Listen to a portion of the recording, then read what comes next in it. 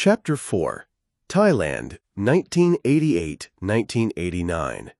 Around the spring of 1988, Sayadaw received a letter from one of the Thai monks he'd taken around Burma earlier in the year as part of the Ajahn Nikorn pilgrimage.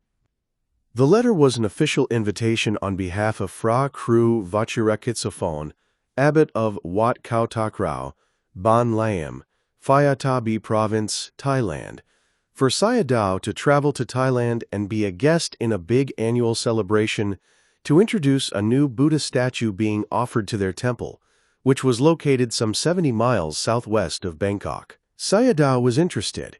He'd never flown internationally before, but he didn't have quite enough money for travel expenses. To cover the difference, he decided to sell some of his extra robes. Soon he was bound for Thailand, with a determination to spend some extra time in the country. Only for angels, amongst the 5 predominantly Theravada Buddhist countries. Myanmar is the country which most emphasizes Abhidhamma in its teachings. In that country, high-quality instruction on the subject is given to 7- and 8-year-old children, just as they begin their spiritual education. In contrast, while Sri Lankan students learn about Abhidhamma in public school, there is very little emphasis of it at all in Thailand. There, the subject is generally reserved for university-level learning, even that being a recent addition, simply to acquire the knowledge necessary to pass an exam. It's for this reason that very few Thai monks are adept and skillful teachers of Abhidhamma. Decades after Sayadaw eventually came to the United States, a young Cuban-American monk would ask him why Thai Buddhist monastics don't emphasize Abhidhamma as part of their spiritual education.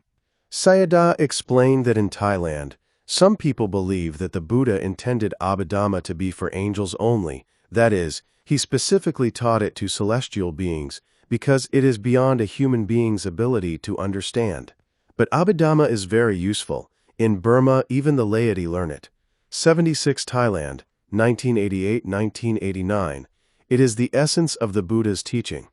It will very well support our meditation in order to understand reality. Sayadaw offered some historical background to the Buddha's approach to teaching Abhidhamma to human beings.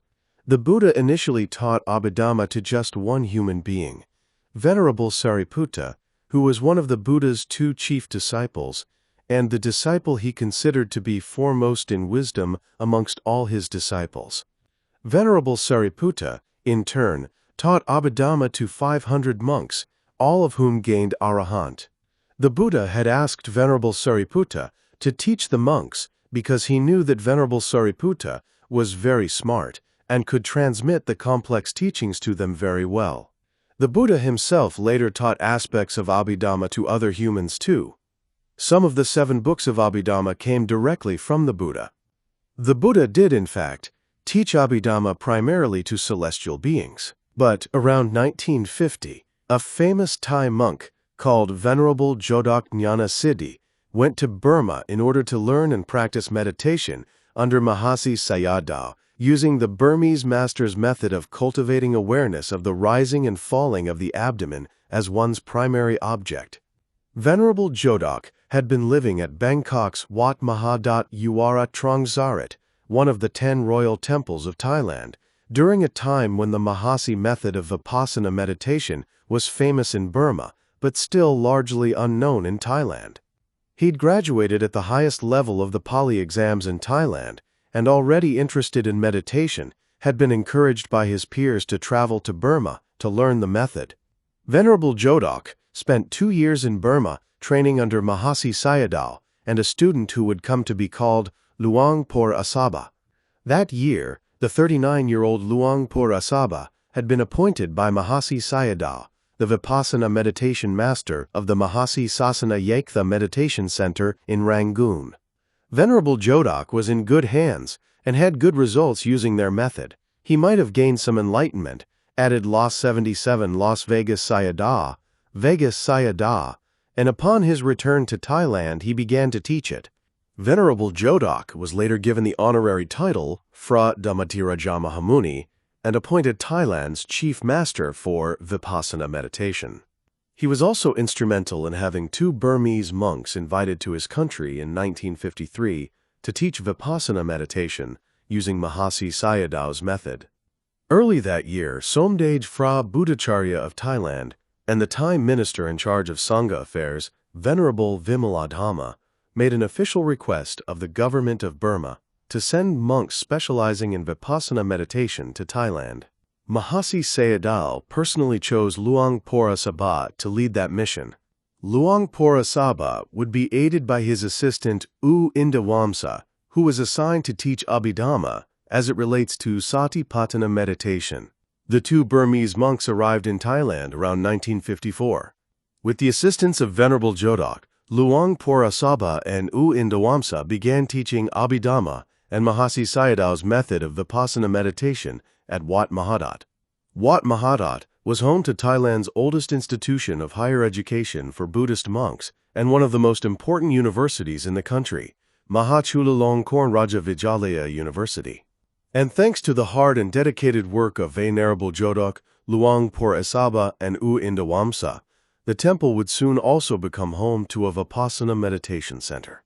The program was a huge success. By 1960, Mahasi Sayadaw's method of Vipassana meditation had gained wide support in Thailand, with hundreds of thousands of people trained in the technique in that country alone. Luang Pora Sabha would eventually establish himself at Sorntawi Vipassana Center in Thailand and continue teaching there for the rest of his life. He died in 2010. After the passing of Venerable Jodok in 1988, one of his disciples became a professor at Mahachulalongkorn Raja Vidyalaya University, and Abhidhamma eventually became part of the curriculum. Still, Thailand and Myanmar have a complex and tumultuous history, and it's been said that part of the reason why many Thai monastics continue to resist acceptance of Abhidhamma is simply because of Myanmar's strong emphasis of it. There's a convoluted cultural and historical dynamic at play. 78 Thailand, 1988-1989, Perfecting Patience. A student was speaking with Sayadaw about his struggles with pain while sitting in meditation for longer or more frequent periods than those to which he was accustomed. In reply, the master gave the student a couple of different approaches for dealing with pain, one of which was to sit with it and welcome it. As the student worked with Sayadaw's instructions, he slowly began to understand just what his teacher was getting at. "I'm beginning to see," he reported back to Sayadaw half-jokingly, "that pain is a very good but cruel teacher." "Yes," replied the master, "but it's very important to have the right attitude. We need to develop our Kanti Parami, our perfection of patience." Just a few months after Sayadaw's arrival in Thailand ND, the 8,888 uprising in Burma was in full swing. What had started as a student movement on August 8, 1988, had turned into a series of national protests and riots. Over the 6 or so weeks that followed, there had been massive bloodshed in the country. In Burma, it was reported that the military government killed 2,000 people in 1988, monks and regular people. I talked with my abbot, Sayadaw U Pandisa, back at Thathanodaya Pariyati, and he said to me, "The situation here is not good. Even if you come back, I don't think you will have a chance to teach. The situation is too unstable. It's up to you if you want to stay in Thailand for a while longer." So I made a decision to stay in Thailand and not return to Burma. Since it seemed he'd be staying on at Wat Khao Takrao for a while longer, Sayadaw decided that he needed to learn the Thai language. He sat down with the abbot and expressed his interest. One of the resident monks had formerly been a public school teacher, so Fra Kru Vachirakitsafon called a meeting between him and Sayadaw. During the meeting, the abbot told the monk that beginning the next day, he was to start teaching Sayadaw the Thai language. 79, Las Vegas, Sayadaw. But the monk had left the teaching life behind and wasn't interested in being Sayadaw's language teacher. It soon became clear to Sayadaw that he needed to find another way to learn the language. He decided instead to learn the language through self-study. And just 5 months after beginning his study of the Thai language, he was able to read and write it. One day, not long after Sayadaw was able to gain basic fluency in Thai, Fra Kru Vachirakitsafon approached him. The high priest said to me, "We have over 300 monks and 90 nuns living at this temple. I've heard that Burmese monks are smart about Abhidhamma. If possible, I want you to teach Abhidhamma to the monks and nuns." "Yes, Bhante," I replied. "I will try my best." And then the abbot said, "Don't teach the nuns and monks together. Separate them." Soon, Sayadaw found his command of the Thai language put to the test. I started to teach the nuns for 2 hours, from 12 to 2 p.m., then the monks for 2 hours, from 4 to 6 p.m. I did this every day. When I taught the nuns, I'd tell them, "If I say something wrong in Thai, if I use bad grammar, please let me know. I appreciate it." And they helped me learn their language. I'd teach the nuns, take a break for 2 hours, and then teach 100 of the monks. I taught them Abhidhamma and the commentaries. I taught them without a book, because I'd already been teaching it for close to 14 years. The subject matter wasn't a problem, but the language was.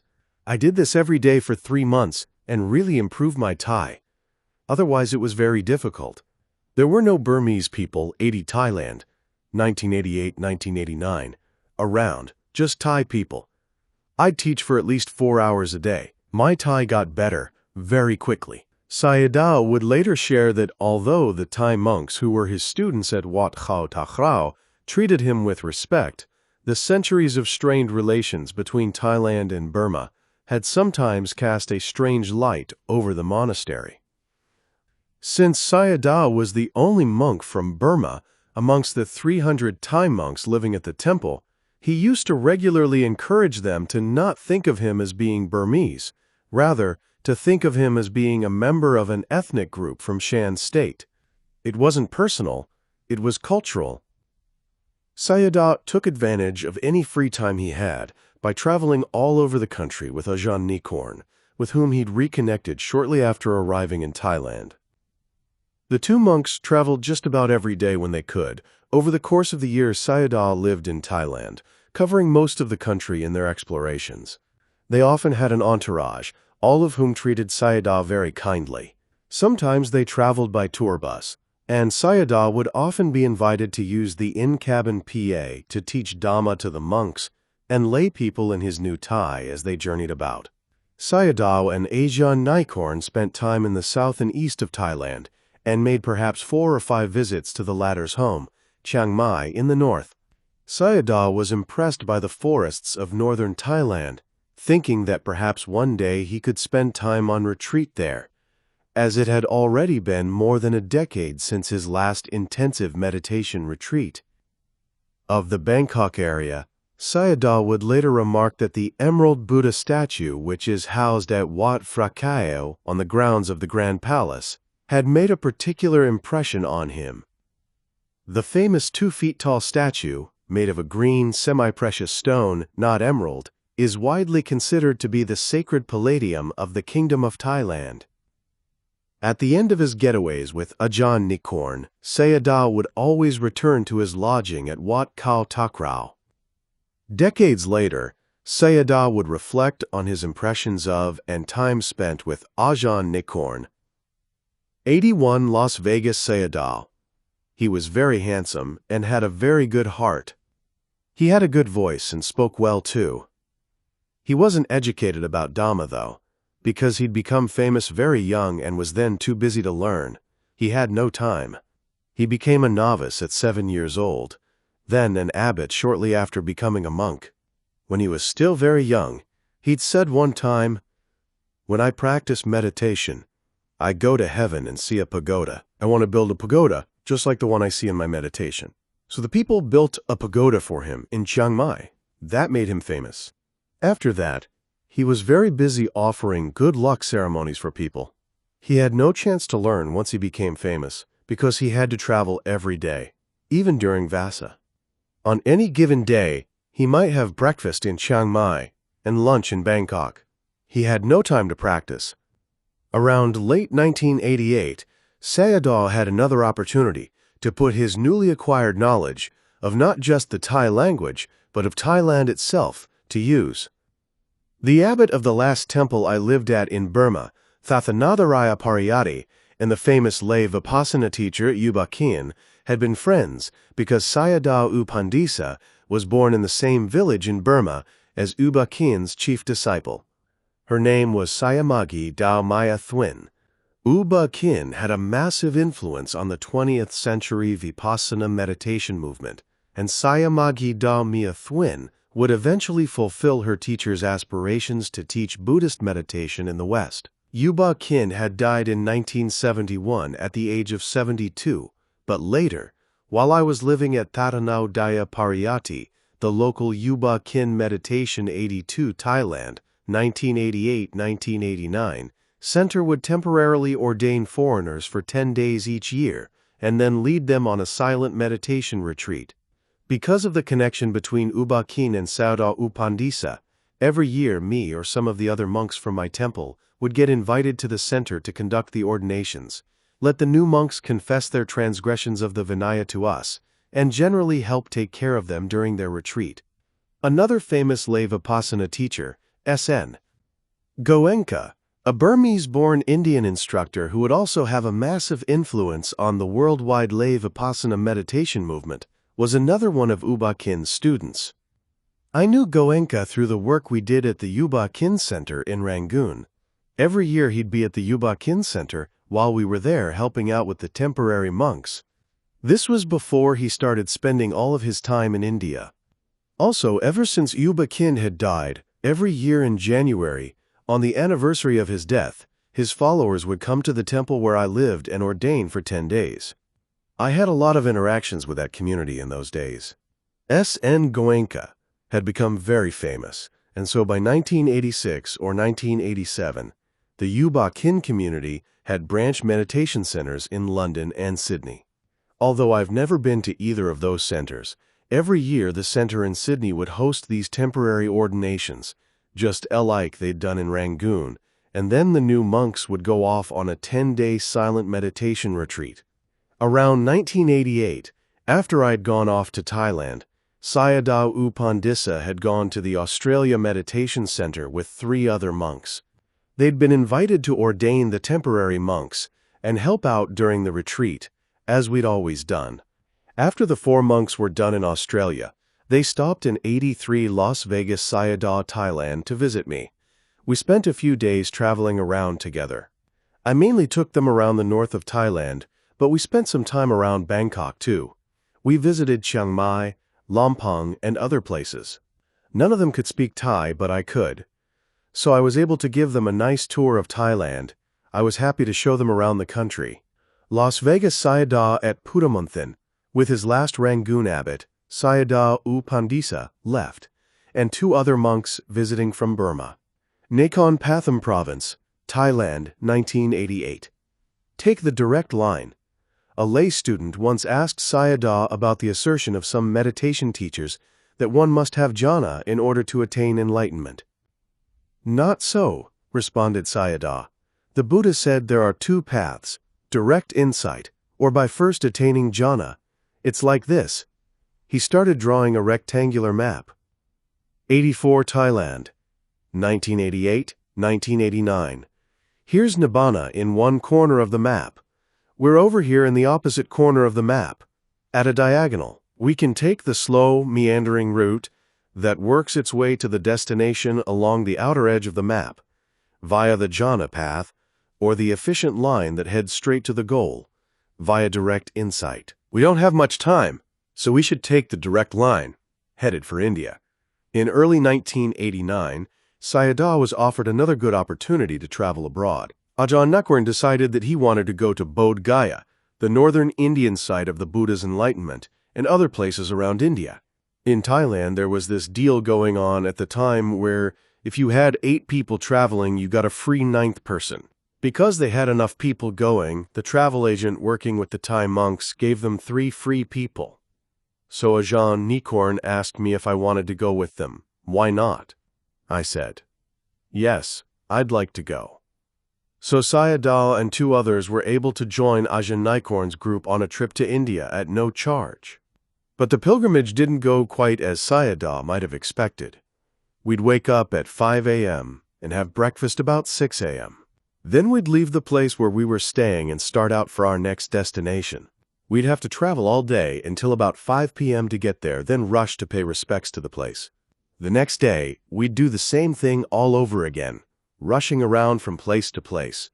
It kept going on and on and on. We didn't have a chance to do anything, really, just spend days traveling. 85 Las Vegas Sayadaw. Then, the pilgrimage was finished, and the Thais had to return to Thailand. Lunch beside the road with Ajahn Nikorn, seated in Center, India, 1989. Sayadaw wasn't about to limit his time in India to rushing about. I thought, my old university teacher is still studying in New Delhi. So I decided to reach out to him. And I wanted to travel around India for a few months, instead of returning to Thailand with Ajahn Nikorn and the others in our pilgrimage group. I won't return with you, I told them. I said goodbye. Then, all of them donated all their money to me. They were very kind. India was very poor in those days, and they gave me 20,000 rupees. It was a lot of money. I thought, they're so very kind. I have to use this money to be beneficial. Sayadaw bid his fellow safe travels and was soon on his way to meet up with his old teacher in New Delhi. When he did, the two monks decided to travel together around India for 3 months. 86 Thailand, 1988-1989. We explored all over India. We went to the south, to Madras, and other places too. We went everywhere except for the region of Kashmir, where we'd hoped to visit the nearby Golden Temple. Located in the state of Punjab, the Golden Temple is the preeminent spiritual site of Sikhism in India. But the region was closed to outsiders at the time due to an ongoing territorial conflict between India and Pakistan. We also went back to Bodh Gaya, where we visited and traveled around with my other university teacher, who'd left Burma to get his PhD in India. Although Sayadaw would again see his New Delhi teacher after the trip was over, he would never again see his Bodh Gaya teacher. Considering the educational experiences in India that his old teachers had shared with him, and neighboring Sri Lanka's reputation for being a fine Dhamma learning center, Sayadaw began to wonder how educational opportunities in the two countries compared. So after our tour of India was over, I flew to Colombo and asked for information about educational opportunities in their country. I figured the education was better there than in India. I used the remainder of the donated money I'd received from the Thais and the pilgrimage group and moved to Sri Lanka for study. And I studied hard, reincarnation or rebirth. Sayadaw once explained to a student that Mahayana Buddhists often speak of reincarnation. Some believe that after the body dies, the mind continues on to another world of existence. In Theravada Buddhism, he said, we don't say reincarnation. We call it rebirth, but they're not the same. Reincarnation is a Hindu concept. It is based on the idea that after death, one's immortal soul, Atta, leaves the body through the forehead and then enters another body. 87 Las Vegas Sayadaw the Buddha declared that Sabbe Dhamma Anatta, all phenomena are not self.